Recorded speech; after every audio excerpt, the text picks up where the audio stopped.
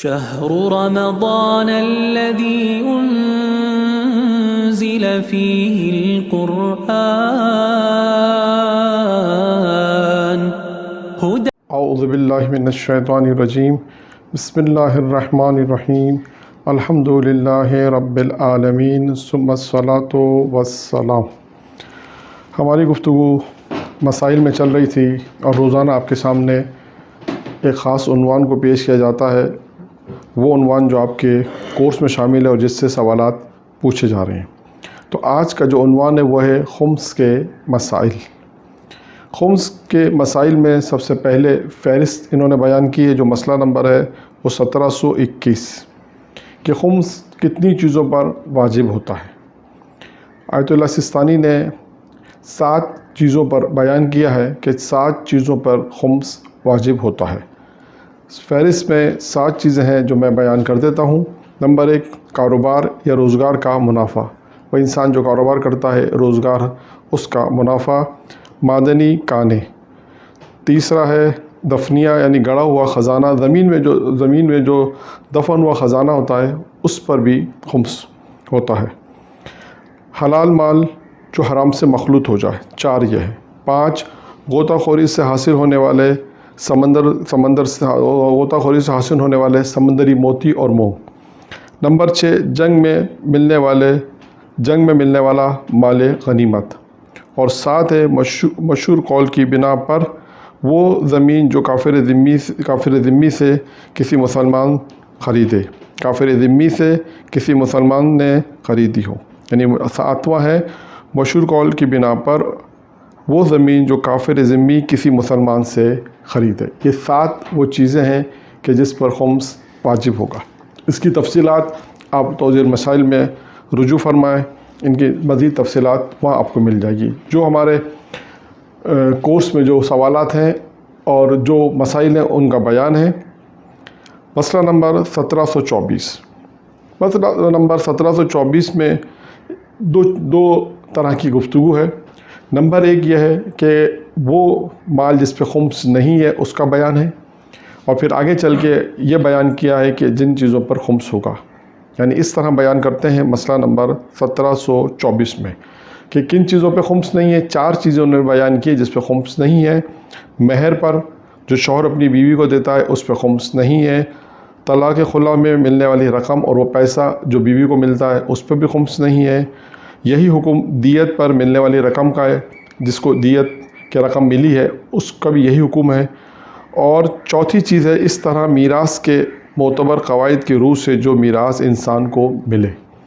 یہ 4 وہ چیزیں ہیں کہ جس پر خمس واجب نہیں ہے۔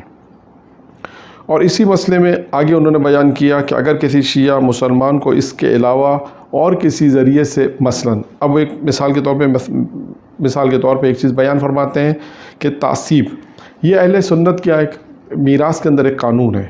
اہل سنت کیا ہے جس کو شیعہ صحیح نہیں مانتے، وہ ہے کہ اگر کسی کو بھی مثلاً یہ کہ اہل سنت کے ہاں ارث کے باب میں ایک قانون ہے جو شیعوں کے نزدیک صحیح نہیں ہے۔ کسی شیعہ مسلمان کو اس کے علاوہ کسی اور ذریعے سے میراث ملے تو اسے آمدنی سمجھا جائے گا اور اس کا خمس نکالنا ضروری ہوگا، اور وہ جو آمدنی سمجھا جائے گا اس کی ایک مثال دے دی گئی۔ اب آتے ہیں آگے۔ اسی طرح اگر اسے باپ اور بیٹے کے علاوہ کسی اور طرح سے میراث ملے جس کا خواہ اسے گمان بھی نہ ہو، کبھی ایسا ہوتا ہے کہ کسی شخص کو میراث باپ اور بیٹوں کے علاوہ اگر کسی شخص کو میراث ملے جس کا خواہ اسے گمان بھی نہ ہو، تو کہتے ہیں احتیاط واجب یہ ہے کہ وہ میراث اگر اس کے سال بھر کے اخراجات سے زیادہ ہو تو اس کا خمس دینا ہوگا۔ دوبارہ بیان کر دوں آخری حصے کو۔ اسی طرح اگر اسے باپ اور بیٹے کے علاوہ کسی اور طرف سے میراث ملے جس کا خواہ اسے گمان بھی نہ ہو، ایک شخص کو میراث ملتی ہے تو اسے گمان بھی نہیں تھا کہ اسے میراث ملے گی، کہتے ہیں اگر یہ وہ میراث ملی ہے اور اس میراث پر احتیاط واجب یہ ہے کہ وہ میراث اگر اس کے سال بھر کے اخراجات سے زیادہ ہو تو اس کا خمس دینا ہوگا۔ مسئلہ نمبر آتے ہیں 1725 اس میں 2 صورتیں ہیں۔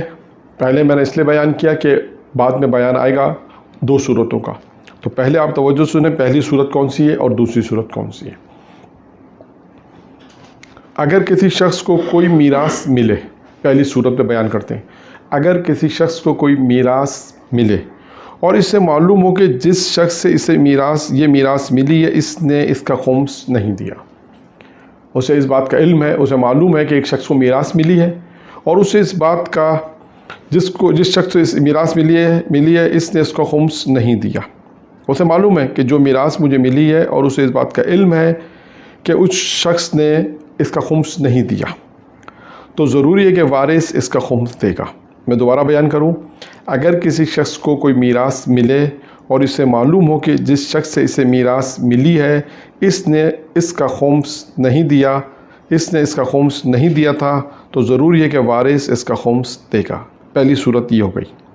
دوسری صورت، اسی طرح اگر خود اس مال پر خمس واجب نہ ہو، اسی طرح خود اس مال پر خمس واجب نہ ہو جو اس کو ملا ہے، یعنی اور وارث کو علم ہو کہ جس شخص سے اسے وہ مال ورثے میں ملا ہے اس شخص کے ذمے خمس واجب الادا تھا، یعنی ایک شخص کو میراث ملی، ٹھیک ہے، اور خود اس پر میراث ملی لیکن اس پہ خمس نہیں تھا۔ اس طرح اگر خود اس مال پر خمس واجب نہ ہو اور وارث کو علم ہو کہ جس شخص سے اسے وہ مال ورثے میں ملا ہے اس شخص کے ذمے خمس واجب الوجود تھا، تو ضروری ہے کہ اس کے مال کا بھی خمس ادا کرے گا۔ دیکھیں یہ دو صورتیں ہیں کہ دونوں میں اسے خمس دینا۔ پہلی کیا صورت ہے؟ پہلی صورت یہ کہ ایک شخص کو میراث ملی اور اس سے معلوم تھا کہ جس شخص سے اسے میراث ملی ہے اس نے اس کا خمس نہیں دیا، تو وارث خمس دے گا۔ نمبر دو، دوسری صورت، اسی طرح خود اس مال پر جو اس کو مال ملا ہے خمس واجب نہیں تھا اور وارث کو علم ہو، جسے یہ میراث ملی ہے اسے علم ہے کہ جس شخص سے وہ مال ورثے میں ملا ہے اس کے ذمے خمس واجب الادا تھا، تو اس صورت میں بھی کہتے ہیں کہ ضروری ہے کہ اس کے مال کا خمس ادا کرے گا۔ دو صورتیں، اب یہ کیوں دو صورتیں بیان کی، اب یہ بیان کرتے ہیں کہ لیکن دونوں صورتوں میں، یہ دو صورتیں جو میں نے دو مرتبہ آپ کے سامنے بیان کی، لیکن دونوں صورتوں میں جس شخص سے مال ورثے میں ملا ہے، جس شخص سے مال ورثے میں ملا ہو، اگر وہ خمس دینے کا معتقد نہ ہو یا اعتقاد نہ رکھتا ہو یا وہ خمس نہیں دیتا، خمس دیتا ہی نہ ہو، دو صورتیں اس میں بھی، وہ شخص خمس دیتا نہیں ہے یا خمس کا اعتقاد نہیں رکھتا، خمس دینے پر اعتقاد نہیں رکھتا، تو ضروری نہیں ہے کہ وارث خمس ادا کرے جو اس شخص پر واجب تھا۔ یہ دو صورتیں دوبارہ سن لیجئے، لیکن دونوں صورتوں میں جس شخص سے مال ورثے میں ملا ہو، اگر وہ خمس دینے کا معتقد نہ ہو یا وہ خمس خمس دیتا ہی نہ ہو، تو ضروری نہیں ہے کہ وارث خمس ادا کرے جو اس شخص پر واجب تھا۔ مسئلہ نمبر 1726 1726، یہ بہت آسان مسئلہ ہے۔ اگر کسی شخص نے کفایت کے سبب سال بھر اخراجات کے بعد رقم سیونگ کی ہو، جو رقم بچا لی ہو، تو کہتے ہیں کہ ضروری ہے کہ اس کا خمس دے، یعنی جو رقم بچی ہے اس کا خمس دینا ہوگا۔ مسئلہ نمبر 1732، اگر کوئی شیعہ اثنا عشری مسلمان کوئی ایسا مال خریدے جس کا خمس نہ دیا گیا ہو، کہتے ہیں کہ کوئی شیعہ اثنا عشری مسلمان کوئی ایسا مال خریدے جس کا خمس نہ دیا گیا ہو، تو اس کا خمس بیچنے والے کی ذمہ داری ہے، خریدنے والے کی ذمہ داری نہیں ہے۔ اگر کوئی شیعہ اثنا عشری مسلمان کو ایسا مال خریدتا ہے کہ جس کا خمس نہ دیا گیا ہو، تو اس سلسلے میں کہتے ہیں کہ خمس بیچنے والے کی ذمہ داری ہے، خریدنے والے کی ذمہ داری نہیں ہے۔ مسئلہ نمبر 1733، اگر کوئی شخص کسی شیعہ اثنا عشری مسلمان کوئی ایسی چیز بطور عطیہ دے جس کا خمس نہ دیا ہو، کوئی شخص کسی شیعہ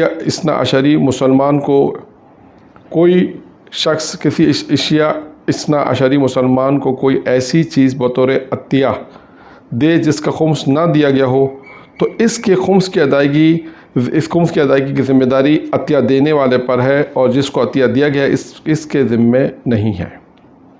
مسئلہ نمبر 1734، آخری مسئلہ آج کا، اگر انسان کو کسی کافر سے یا ایسے شخص سے جو خمس دینے کا اعتقاد نہ رکھتا ہو یا خمس نہ دیتا ہو، کوئی مال ملے تو اس کا خمس دینا واجب نہیں ہے۔ یہ مسئلہ دوبارہ بیان کر دیتا ہوں۔ اگر انسان کو کسی کافر سے یا ایسے شخص سے جو خمس دینے کا معتقد نہ ہو یا اعتقاد نہ رکھتا ہو یا خمس نہ دیتا ہو تو کوئی مال اگر اس سے ملے تو اس کا خمس دینا واجب نہیں ہے۔ حدیث کی طرف آج ایک حدیث بیان کرنی ہے جو حضرت امیر المومنین علیہ الصلوۃ والسلام کی حدیث ہے کہ جس میں امیر المومنین سے ایک سوال پوچھا گیا اور دیکھیں امیر المومنین نے اس کا کیا جواب دیا۔ امیر المومنین سے خیر کے متعلق ایک سوال پوچھا گیا کہ خیر کیا ہے، تو دیکھیے امیر المومنین نے اس کا کیا جواب دیا۔